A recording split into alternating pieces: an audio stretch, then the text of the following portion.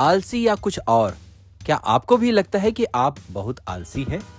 हर बार जब कोई नया काम सामने आता है तो आप सोचते हैं कल कर लेंगे या बाद में करूंगा। यही काम टालना हमारे दिमाग में गिल्ट पैदा करता है और हम खुद को दूसरों से कम समझने लगते हैं। लेकिन अगर मैं कहूं कि ये आलस नहीं बल्कि आपके दिमाग की एक मनोवैज्ञानिक प्रतिक्रिया है। यस, आज हम बात करेंगे हाइडेन फिंच की किताब द साइकोलॉजी ऑफ लेजीनेस की, जिसमें बताया गया है कि आलस असल में दिमाग का डिफेंस मैकेनिज्म। आपका दिमाग आपको असली दिक्कतों से बचाने की कोशिश करता है। तो चलिए जानते हैं कि हमारा दिमाग हमें आलसी क्यों बना देता है और इसके पीछे की असली वजह क्या है। फेलियर का डर ही असली विलेन है। जब भी हम नए काम की शुरुआत करने की सोचते हैं, दिमाग में डर घर कर जाता है। अगर मैं फेल हो गया तो लोग क्या सोचेंगे?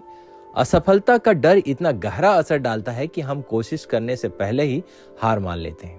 हाइडेन फिंच बताती हैं कि यह डर दिमाग की इवोल्यूशनरी रिस्पॉन्स है। दिमाग हमें दर्द और शर्मिंदगी से बचाना चाहता है। जब आप किसी इंटरव्यू या एग्जाम के लिए पढ़ाई शुरू नहीं करते तो आप क्या सच में आलसी हैं या सबकॉन्शियसली फेलियर से बच रहे हैं? दिमाग को कंफर्ट जोन में रहना अच्छा लगता है, इसलिए हम एक्शन लेने से बचते हैं। धीरे धीरे ये आदत बन जाती है और हम सोचते हैं मुझसे नहीं होगा। अगली बार जब खुद को किसी काम से भागते पाएं, खुद से पूछिए, क्या मैं वाकई आलसी हूं या सिर्फ फेल होने से डर रहा हूं? ओवरवेल्म होना, जब काम पहाड़ जैसा लगे।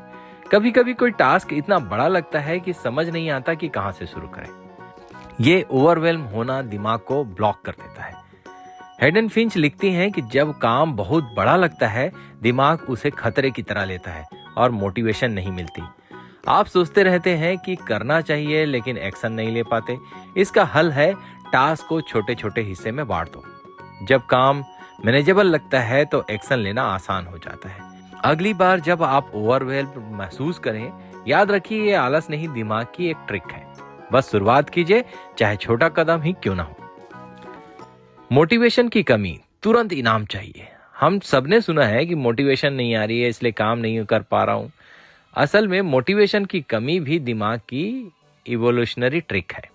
अगर किसी काम में तुरंत इनाम नहीं मिलता तो दिमाग उत्साहित नहीं होता।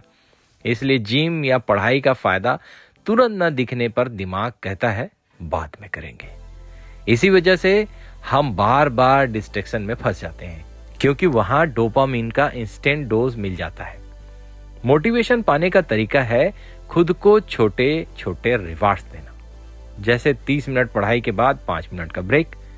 याद रखिए, मोटिवेशन की कमी आपको आलसी नहीं बनाती, ये बस दिमाग का पुराना प्रोग्राम है जिसे आप एक नए रिवार्ड से बदल सकते हैं।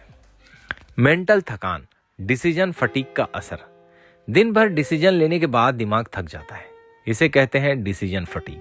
ऑथर बताती हैं कि छोटे बड़े डिसीजन लेने से दिमाग की एनर्जी धीरे धीरे खत्म हो जाती है। सुबह से शाम तक क्या पहनना है, क्या खाना है, किसे कॉल करना है, ऐसे सैकड़ों डिसीजन आप रोज लेते हैं। शाम होते होते दिमाग की विल पावर खत्म हो जाती है और हर काम भारी लगने लग जाता है। सक्सेसफुल लोग अपनी लाइफ को सिंप्लीफाई कर लेते हैं, जैसे स्टीव जॉब का एक ही टाइप के कपड़े पहनना।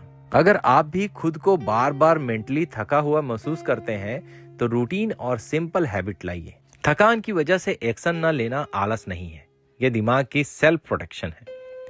गिल्ट मत कीजिए, स्मार्ट तरीके से एनर्जी बचाइए। क्लियर गोल का अभाव, धुंधली मंजिल, सुस्त कदम। जब तक आपकी मंजिल साफ नहीं होती, आपके कदम भी डायरेक्शनल लेस रहते हैं। ऑथर कहती हैं कि दिमाग को क्लियर गोल ना मिले तो एक्शन लेना मुश्किल हो जाता है। अस्पष्ट गोल सिर्फ फिट होना कभी पूरे नहीं होते। क्लियर स्पेसिफिक गोल के साथ दिमाग को डायरेक्शन मिलती है, जैसे रोज 20 मिनट वॉक करनी है। एक्शन लेने में परेशानी है तो अपने गोल को क्लिस्टर क्लियर बनाइए और छोटे एक्शनेबल स्टेप में बांटिए। याद रखिए, अनक्लियर गोल एक्शन की सबसे बड़ी दुश्मन है। जब मंजिल साफ होगी, कदम अपने आप तेज हो जाएंगे। आलस को समझो, खुद को बदलो। आज हमने जाना कि आलस कोई कैरेक्टर फ्लॉ नहीं है, यह दिमाग की साइकोलॉजिकल रिस्पॉन्स है। फेलियर का डर, ओवरवेल्म, मोटिवेशन की कमी, मेंटल थकान और अनक्लियर गोल, ये सब वजहें हैं जिनसे हम एक्शन नहीं लेते। अगर ये वीडियो पसंद आया तो चैनल को सब्सक्राइब करें और वीडियो को लाइक करना ना भूलें।